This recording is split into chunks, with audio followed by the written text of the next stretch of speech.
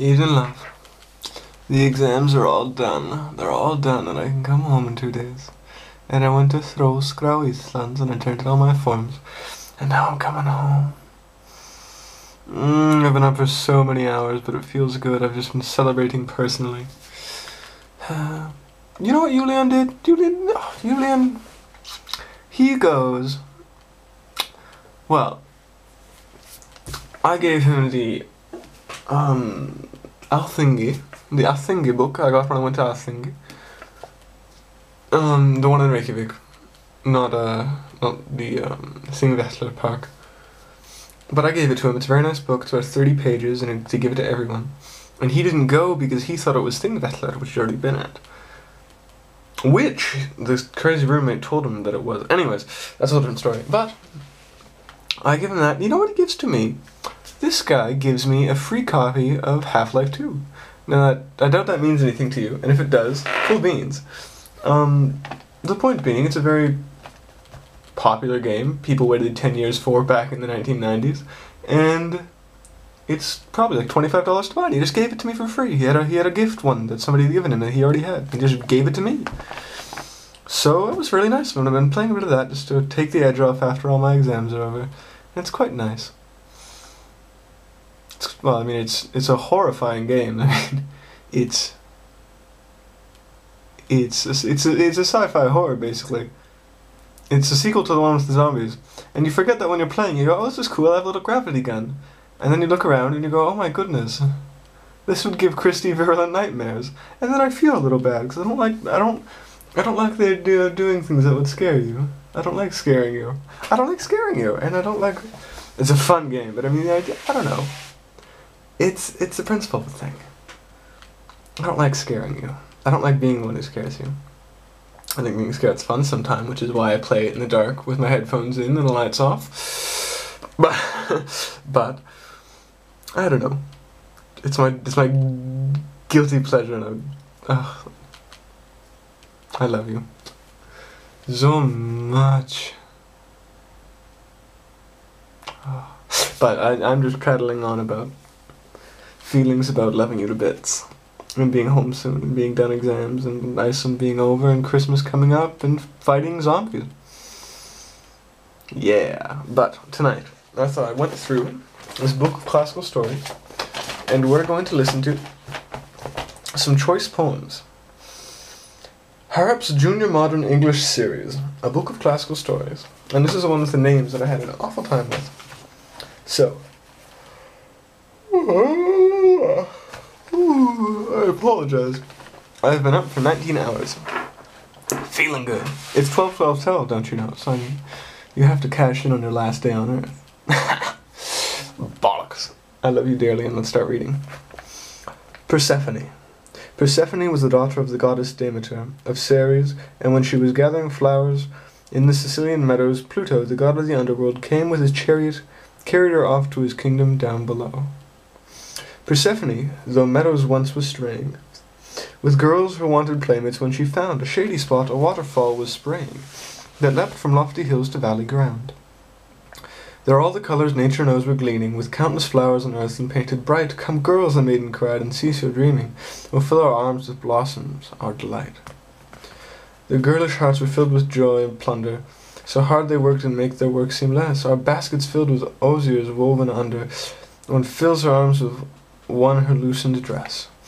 When seeks the violet blue, another golden, kingcups, another plucks the poppies frail, the hyacinths, the amaranth are holden, yet others rhyme they pick and cover pale. And cassia and most sweet of all roses, and nameless flowers the maid Persephone wandered afar in her desire of posies, white lilies, slender crocuses, none see. Their mistress go, of all the girls none follow, but she is seen, as swift from the realms below. Comes Pluto, captures her, and straight they hollow, road underground lies, open, and they go.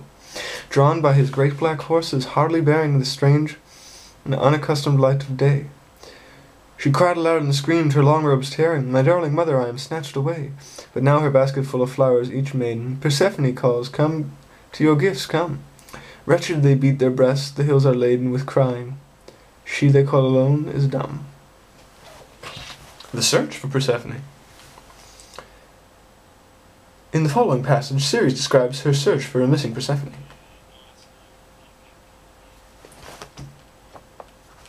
Sorry, I had my headphones in and they started speaking. I took them out so I could talk, but I neglected to pause the music, and then the music piped up. The search for Persephone. Child, when thou wert gone, I envied human wives and nested birds. Nay, the chubbed lioness went in search of thee, throw, nay, Pallas, many a cot. I climbed on the cliffs of all the seas, and asked the waves and moaned about the world. Where do you make your mourning for my child? And round from all the world the voices came. We know not why we moan. Where? And I stared from every eagle peak. I threaded the black heart of all the woods. I peered through tomb and cave, and in the storms of autumn swept through the city, and heard the murmur of the temples chanting me. Me, the desolate mother. Where? At last she hears that Persephone has been carried off to Pluto to become the bride of darkness.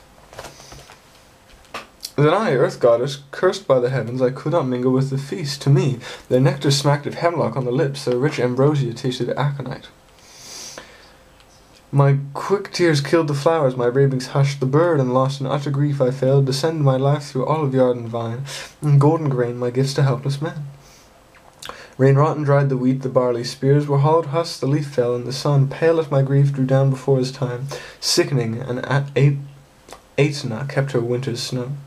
Then he, the brother of the darkness, he who is his highest, glancing from his height, on earth a fruitless follow where he'd missed the wonted steam of sacrifice. The praise and the prayer of men decreed that thou shalt dwell for 9 white moons on each whole year with me, 3 dark ones in the shadow with the king. Once more the reaper in the gleam of dawn will see me by the landmark far away, blessing his field, or seated in the dusk of even, by the rejoicing thrashing floor, rejoicing the harvest and the grain. Up next, the death of Paris. And this is from Troy. The death of Paris at the hands of Ulysses. No, wrong. The death of Troy at the hands of Achilles is what I meant to say. Outside the gates of Troy. The death of Paris. Oenon sat with a cave from out whose ivy-matted mouth she used to gaze down at the Troad. Anon, from out the long ravine, she heard a wailing cry.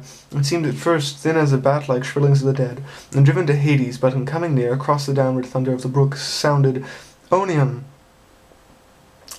And on a sudden he, Paris no longer beauteous as a god, struck by a poisoned arrow in the fight, the lame, crooked, reeling, livid, through the mist, rose like the wraith of his dead self, and moaned, Oenon, my Oenon, while we dwelt together in this valley, happy then, too happy I had died in thine arms. Before the feud of gods they had marred our peace, and sundered each from each. I am dying now, pierced by a poisoned dart, save me. Thou knowest, taught by some god, whatever herb or balm may clear the blood from poison, and thy fame is blown through all the Troad. And to thee the shepherd brings his adder-bitten lamb, the wounded warrior climbs from Troy to thee. My life and death are in thy hand, the gods avenge on stony hearts a fruitless prayer for pity. Let me owe my life to thee. I wrought thee bitter wrong, but forget it, man is but a slave of fate. Onion, be thy love which was once mine, help me, heal me, I am poisoned to the heart. Refusing to help, Onion upbraided him with bitter words for his cruel desertion of her.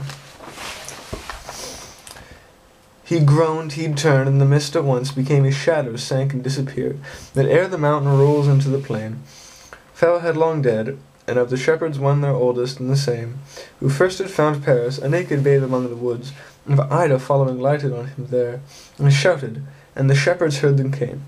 One raised the prince, one sleeked his squalid hair, one kissed his hands, another closed his eyes. And then remembering the gay playmates reared among them, and forgetful of the men, whose crime had half unpeopled Ilion, these all the day long laboured, hewing the pines, and built their shepherd prince a funeral pile.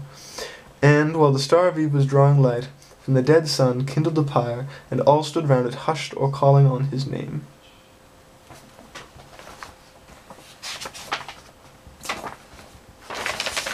And this is from the Wanderings of Odysseus. The Lotus Eaters. After leaving Troy, Odysseus first sailed to the coast of Thrace, and collected rich booty in a sudden raid on the district.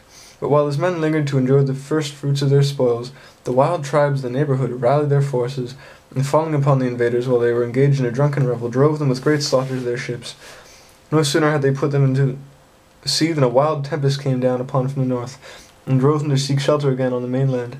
They lay for 2 days and nights in constant dread of another attack from the injured Thracians. On the third day they set sail again, and got as far as Malea, the southernmost headland of Greece, where they were again driven off their course. 9 days our fleet the uncertain tempest bore far and wide ocean, and from sight of shore the tent we touched by various arid tossed the land of Lotus and the flowery coast. We climbed to the beach, the springs of water found, then spread our hasty banquet on the ground. 3 men were sent, disputed from the crew, a herald one at the dubious coast of view, and learned what inhabitants possessed the place. They went and found a hospitable race, not prone to ill, nor strange to foreign guests. They eat, they drink, and nature gives a feast. The trees around them all their food produce, lotus the name, divine nectareous juice. Thence called lotophagi, which whoso taste, insatiate riots and sweetest repastes. Nor other home, nor other care and deeds, but quit his house, his country, and his friends. The 3 we sent from off the enchanting ground were dragged reluctantly, and forced we bound. The rest in haste forsook the pleasing shore, or the charm tasted had returned no more. Now placed in order on their banks, they sweep the sea's smooth face and cleave the hoary deep. With heavy hearts we labour through the tide, the coast unknown, the oceans yet untried.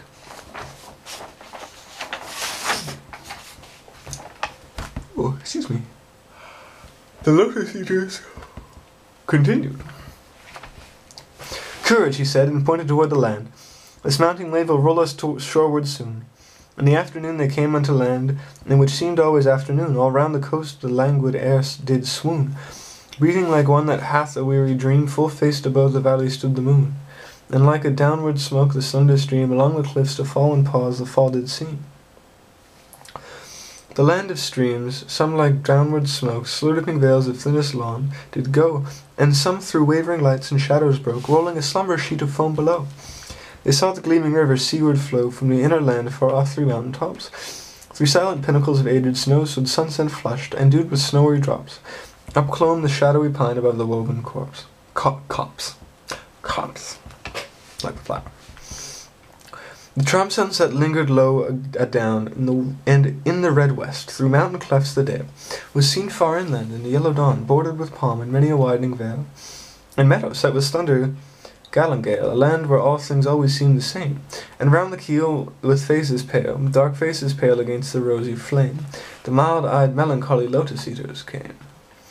Branches they bore of the enchanted stem, laden with flowers and fruit, whereof they gave to each but whoso did receive them, and taste to him the gushing of the wave. Far, far away did the mourn and rave, on alien shores, and if his fellows spake, his voice was thin as voices from the grave, and deep asleep he'd seem yet all awake, and music in his ears his beating heart did make. They sat them down upon the yellow sand, between the sun and moon upon the shore, and sweet it was to dream of fatherland, of child and wife and slave, and evermore most weary seemed the sea. Weary the oar, weary the wandering fields of barren foam. And some one said, we will return no more. And all at once they sang, our island home is far beyond the wave, we will no longer roam. That's not the case for me, I'll see you quite soon. So, Horatius. I beg your pardon. That Sketties is getting to me. Horatius. Lars Porsena of Clusium, by the 9 gods he swore that the great house of Tarquin should suffer wrong no more. And by the 9 gods he swore it, and named a trysting day, and bade his messengers ride forth, east and west and south and north, to summon his array. And now hath every city set up tale of men, the foot of 80,000, the horses 1,010. Before the gates of Sutrium is met a great array, and proud man was Lars Porsena upon the trysting day. But by the yellow Tiber was tumult and affright. From all the spacious Champaign to Rome men took their flight. And now for the last poem of the evening. Heroes. The winds that once the Argo bore have died by Neptune's ruined shrines, and her hull is the drift of the deep sea floor, though shaped of Pelion's tallest pines. You may seek her crew on every isle, far in the foam of the Aegean seas, but out of the rest no charm can wile Jason and Orpheus and Hercules. And Priam's wail is heard no more by windy Ilion's sea-built walls, nor great Achilles stained with gore shouts, "O ye gods, 'tis Hector falls." On Ida's mountain shining snow, but Jove has gone from its brow away, and red on the plain and poppies grow, where Greek and the Trojan fought that day. Mother Earth, are the heroes dead? They throw the soul of the years no more? Are the gleaming snows of the poppies red, all that is left of the brave of yore? Are there none to fight as Theseus fought, far on the young world's misty dawn, to teach the grey-haired Nestor taught? Mother Earth, are the heroes gone? Gone in grander form they rise, dead we may clasp their hands in arms, and catch the light of their clear eyes, and wreathe their brows with immortal flowers. And wherever a noble deed is done, 'tis the pulse of hero's heart is stirred. Wherever the right has triumph won, there are heroes' voices heard. Oh my love, I'll be home soon. Oh, was that a name? Was that a name pronunciation guide? Oh my goodness, it's a pronunciation of names index. Well, that could have come in very handy, that first story. But, in the meantime, I apologize for seeming a little punchy, and I often worry it makes the story seem a little, what's the word? Unplanned or not story-like, and a lot of prattling and seeming distracted. I'm not distracted. Matter of fact, I quite enjoyed those poems. I'm just excited and in transition to coming home, and I can't wait. I cannot wait. But in the meantime, sleep well, keep calm. Fat lava. And Carrie Ann, I love you to the moon and back. And I love you from Iceland and back, and back and back and back and back, and it's coming up so quick. So sleep well, big and light. I love you. Good night.